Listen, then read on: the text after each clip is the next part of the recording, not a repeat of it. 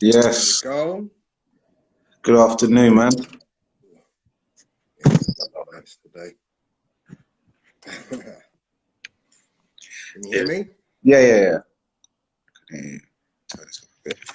Yeah. How you doing, So, buddy? yeah, all good, man. Trying to see if I can. Oh, no, I should have done it at the beginning. I think it was something. I was trying to write a topic thing, but I don't think I can do it now. But it's all right. But yeah. So today we're going to talk about some boxing corruption that has come forward, and also some politics between two fighters and a network company. So yeah, so we'll get into the uh, the Rio Olympics of 2016. It has come to our knowledge that there has been an investigation being led, and they found to have been some match fixing, i.e., fight fixing. Um, and they found that Michael Conlan's lost to Vladimir Nikitin. I'm not sure what country he's from, obviously Eastern Europe, I imagine. Was allegedly fixed, and also there's problems with Joe Joyce, his loss to Tony Yoka from France. Joe has now come on record saying he wants to be awarded his gold medal rightfully, due to these findings. So, what is it you can tell us more about this, and what do you know? I mean, in all honesty, it's been widely published in a number of periodicals, Telegraph, Independent, etc. And literally just been reading up on what's been divulged. This gentleman was commissioned to do a full investigation following what I believe were the initial investigations from 2019. Okay. I see there was a 2019 investigation, and that seems to have come to a head where they basically, the 2019 investigation was done by AIBA, the boxing authority, on themselves. It seems to have hit a wall where people were saying you can't judge yourself, in the same way that black people always say police can't police themselves, so you need an independent body to do that. So this gentleman, Mr. McLaren, was hired to do this investigation, and his forensic team. So the mere fact that you hear the word forensic team means they're doing a deep dive, Yeah. because it's no longer just a case of, oh, let me just ring a couple of people. No, we're going to be taking records. We're going to be looking at phone records. We're going to be, looking over the shoulder of the paperwork. Every little thing is going to get a look at. And it appears that, based on their investigation, that there has been collusion, and there has been effectively fixing of results. There were signals being used in the 2016 Olympics in Rio between judges to aggregate scorecards and make sure that certain people won in certain bouts. So with that huge revelation, we now have the preliminary data out, which has been published. There's further investigation taking place, but quite clearly this is, a huge stab in the back, a huge punch in its own face for boxing. Yeah, it's been a huge low blow, a huge rabbit punch, a huge Yeah. kidney punch. Yeah, as it says, Richard McLaren has led the investigation. So, what do you think that they're going to do about, particularly Michael Conlan and Joe Joyce's losses, which have resulted in them not being awarded further? Yeah, I mean, the difficulty is obviously with Michael Conlan, he lost in his quarterfinal, so he can't get anything. Yeah. Yeah, Joe Joyce lost in a final, so you could turn around and say, well, you lost in a final. the problem then lies is like, well, you know, at what stage does a person stop saying, I've got a claim to be a gold medalist? I could have said I beat Joe Joyce in a final, or in a semi-final, for instance, and he went on to the final and then he lost his final. Should I therefore get the win in the gold medal if I was slighted in the semi-final? So without doing a absolute precise deep dive and understanding exactly which bouts were affected by these particular skullduggery, it's difficult to turn around and just say, well, it's clear he should have got the gold medal. Yeah. And obviously Michael Conlan has no claim on that gold medal. He may very well have been the best boxer at that weight in that tournament, but we never know because he didn't fight the semi-finalist. He didn't fight the other finalists on the other side of the draw, which would have, you know, obviously been how you work out the best fighter in the tournament. Yeah, so yeah, Michael Conlan don't really have a claim. The only one really is Joe Joyce, which many people thought he should have won on the day anyway. Many people have said he beat Tony Yoka. I thought he did just about enough. Yeah, over the line. There's another fight that has been highlighted in that which was the Kazakhstan boxer Vasily Levitt, who absolutely battered his guy in a final, Evgeny Tishenko, the Russian. And again, this has been identified as a fight where the Kazakhstan boxer won, but the skullduggery took place and the Russian got the gold. So that would be another clear case where you can say, you know, this is what's happened. So do you think that they should swap over medals, or just let the person who won keep his, but then award the person who got shafted just get a gold also? It's a difficult one because I think at the very least, the person who got the silver, if they were shafted of the gold, should get a gold medal. Yeah. You know, and it ends up being a case where two people have a claim at a gold medal. I was awarded the gold medal on the day, but this guy, following a review of what was a bit of skullduggery, actually received a gold medal. And then we end up in that situation like the high jump where the two guys decided, you know what, can we just get 2 goals? Yeah, because they both knew they weren't going to clear it, so they were tired. Yeah. So that would probably be a suitable, you know, solution at this stage. But, you know, this is a huge, huge issue because, you know, this isn't the first time we've seen skullduggery in boxing, both at amateur and professional levels. And that's why, you know, I felt that we needed to sit down and have a conversation because, you know, quite clearly, you know, some serious issues have been brought to light as a result of this particular investigation.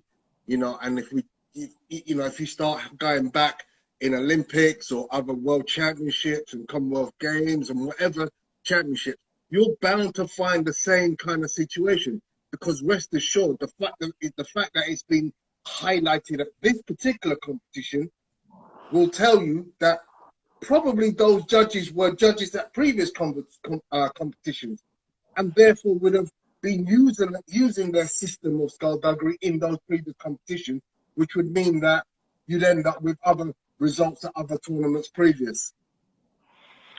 Base the Kid says Yoka should get demoted to silver and both should have silver medalists, no gold. That's an interesting one. Very interesting. But then would that be fair on Tony? Because unless he was part of the corruption, it's not his fault. Exactly.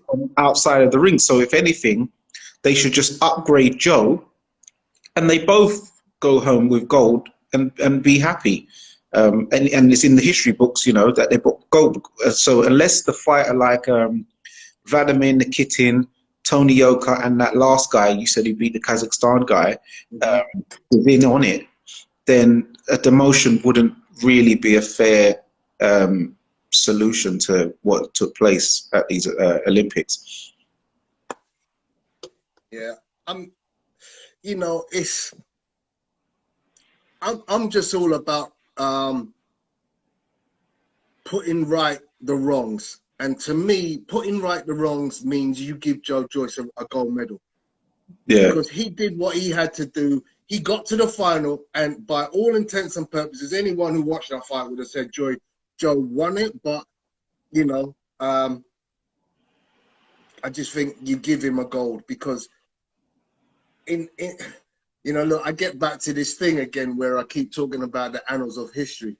In years to come, I would just like to know, people will say, yeah, Joe Joyce was a gold medalist. Yeah. Yeah. In the same way that I still see Roy Jones as a gold medalist. Yeah. And this comes down to, remember we were talking about this about, what do people perceive, whereas what do the history books tell? Yeah. Yeah. And for me, you should put the two together. So he should be a gold medalist. He should receive a gold medalist. Yeah. A gold medal. Yeah. Yeah. We've had lots of in history. Roy Jones has been on the receiving end of a dubious decision. Floyd Mayweather in the Olympics in the semis, I believe so. That's why he bronze, but he clearly won. And there's been other loads. We've seen it in 2012 with Anthony Joshua against the Savon, the Cuban kid in the first round, in the first heats. That Cuban got shafted at the London Olympics. Yeah, so something was fishy there. So base the kid. In a football match, if something happens like that, it gets ruled no contest and neither people gets the points. Same thing here. You can't decide conclusively who won, so both lose. Yeah, but you see with football, it's just 3 points or a point. With this is like the UEFA Champions League final. This is not even the UEFA Champions League. This is the World Cup final. It's the World Cup final. Yeah, somebody has to carry that trophy. Yeah, this is not about 3 points. This is about you can't have a final and nobody take on the trophy. Yeah. That's why you get penalty shootouts and all them thing there, because it can't end as a draw. Yeah, golden goal or whatever you need to do. So yeah, so I think we've managed to cover that base. No pun intended. But yeah, so on to the next topic. It's getting very heated. We've only got tomorrow we're supposed to have a fight, Teofimo Lopez versus George Kambosos on Triller tomorrow night on a Monday night. That was due to be the Monday Night Smoke after the Monday Night Smoke, but in the Barclays Center, New York. And Teofimo and co now want to move it to the 16th. Now George is saying he wants compensation of 6 figures for it to be moved. Yeah, 6 figures for it to be moved like a fortnight away, a postponement. And now Triller, because he's really playing hardball, Triller are now seeking to get George Kambosos stripped of an IBF title, and they are now saying they do not want to even have any involvement in promoting the fight, so the fight is now untelevised. Yeah. So what was the reason behind Teofimo Lopez wanting to move the date again? I forgot. I don't even know. Again, I can't even tell you that. I saw the story and I just shook with amazement at the fact that at this late hour, you're trying to reschedule an event which people have paid money to. No doubt some people are flying in from different locations around the globe to see this event. And all of a sudden, over some stupidness, you want to change the date. I'm like, what the hell? How is my sport just imploding on itself by doing all this madness? If you have a reasonable reason to stop the fight, then yeah, injury, sickness, whatever. Yeah, but this just seems like just ludicrous at how, you know, they found themselves in a situation where now the network have decided we're pulling the plug. On a world title fight. So Valisa UK, he said they've not sold enough tickets, is what he's heard. Well, is that confirmed? Because I need to know what Teofimo Lopez's actual reason for wanting to move the date 2 weeks further to the 16th instead of fighting tomorrow night. Base the Kid says no one's flying COVID restrictions. Well, people can fly from Mexico, Nicaragua, because Teofimo Lopez is originally from, his family's from Nicaragua, so I'm sure he'll have some of them flying in.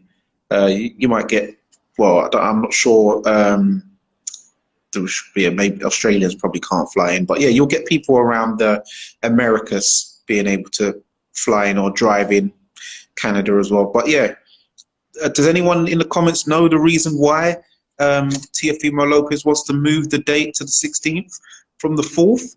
And what do you think should happen? Do you think that George Kambosos should get stripped of his IBF mandatory position?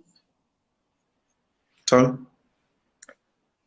Oh man, I mean, it looks like this is not Kambosos' fault.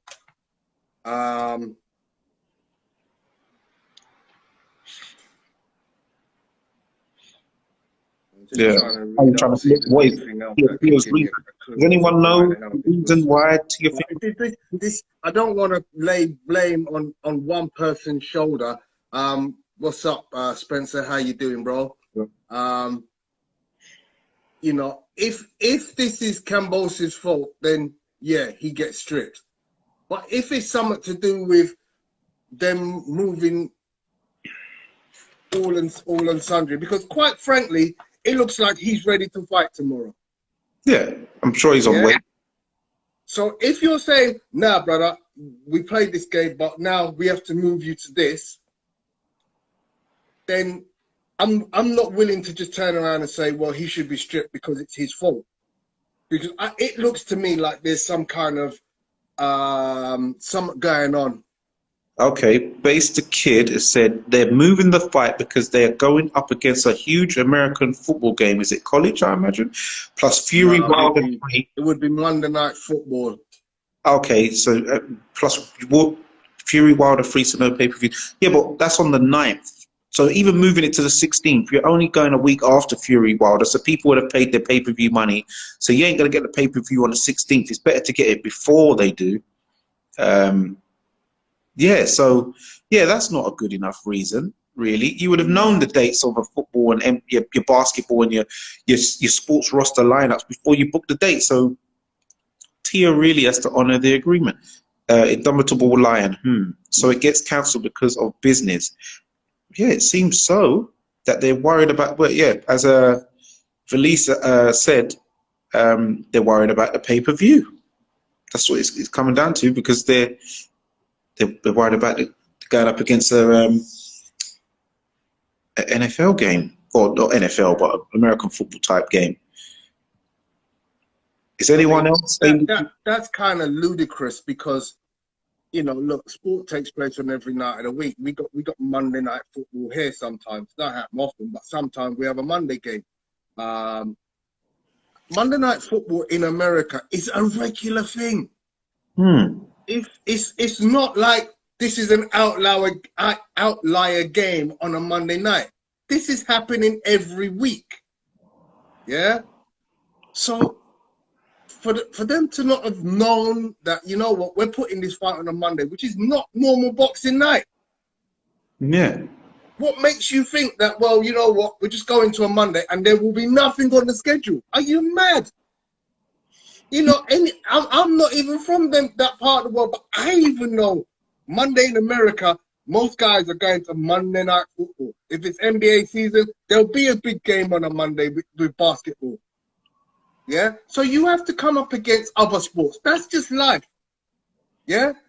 If we're going to put on boxing on a Saturday night, we're going to come up against a rugby Super League final, or we could come up against an FA Cup final, or whatever. There's always something. And I appreciate it that we have the daytime sport and we have the nighttime sport.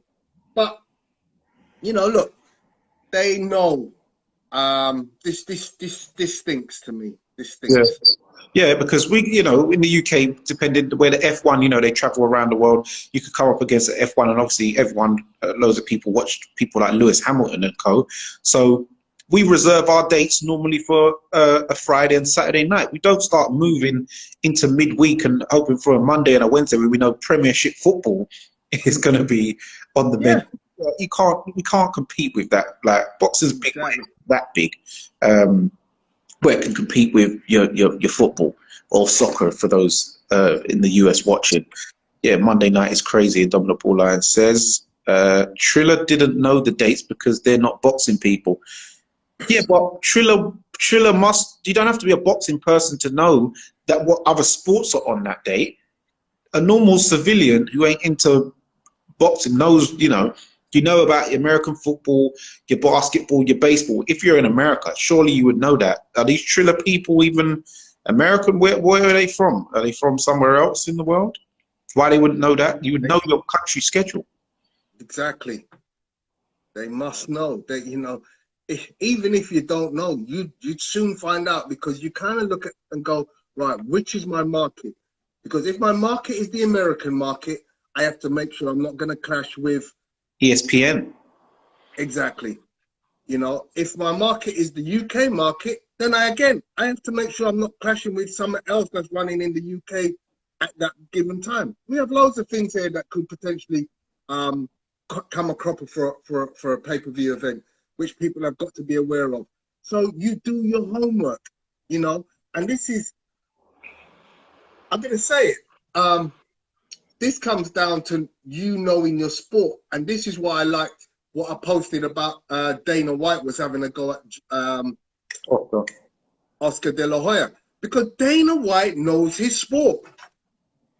You know, the guy has made it clear. He's put chapter and verse into his argument, and you go, there's a guy who knows his stuff.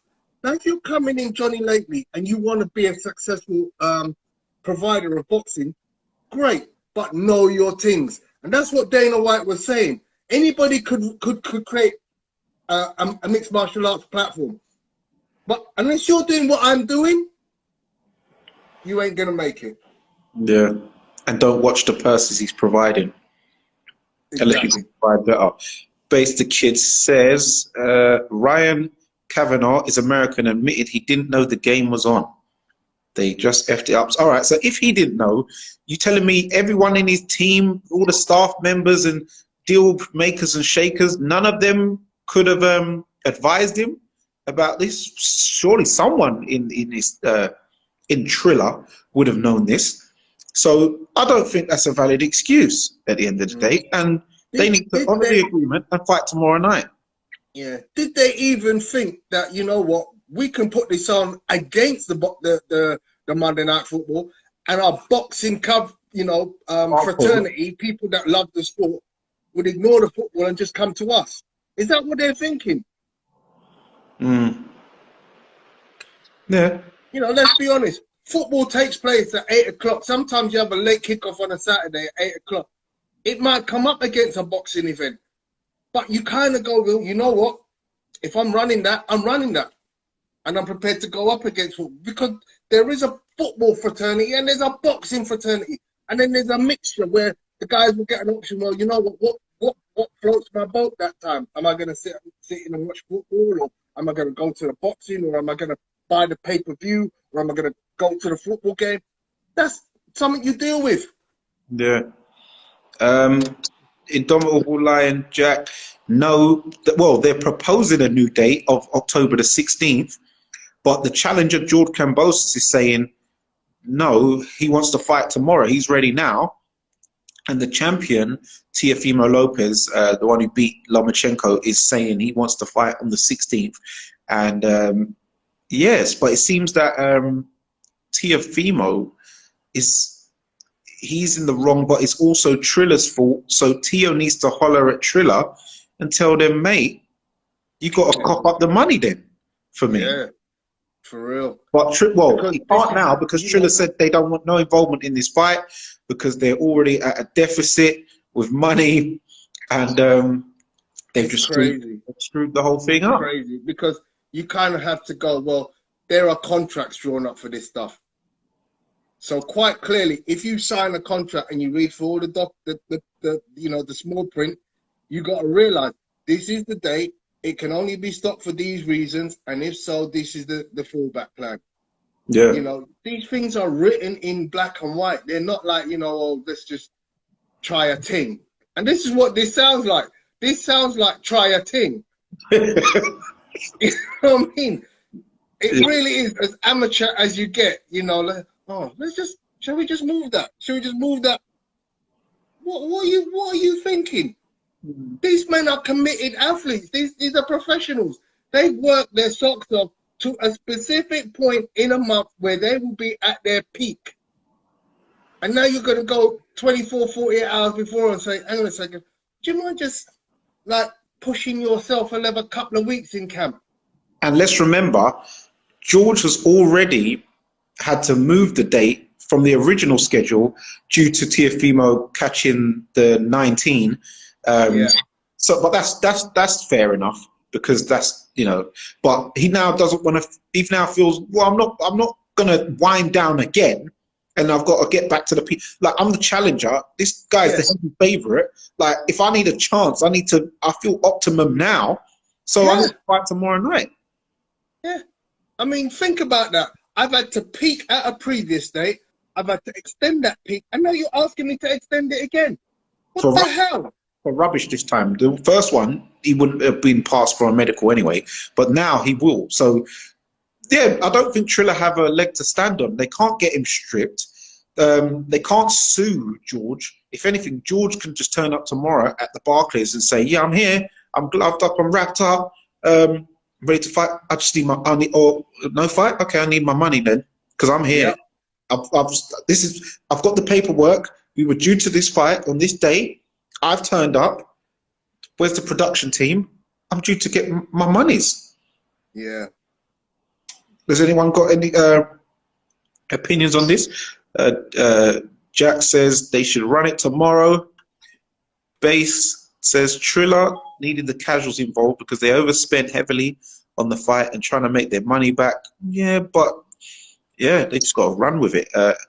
Ash Jones, it cost 1.2 so far.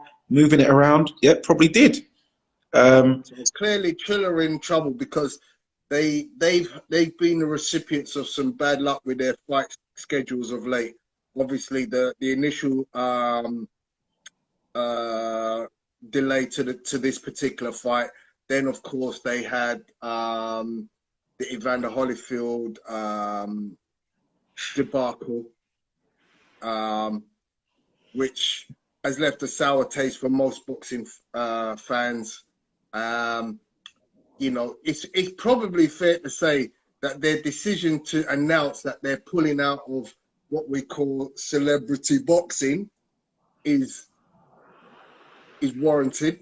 And my views on this, Dan. I know the youth like this celebrity boxing, but for real, what I consider myself to be a real fight fan, it ain't boxing. No, and I don't like it.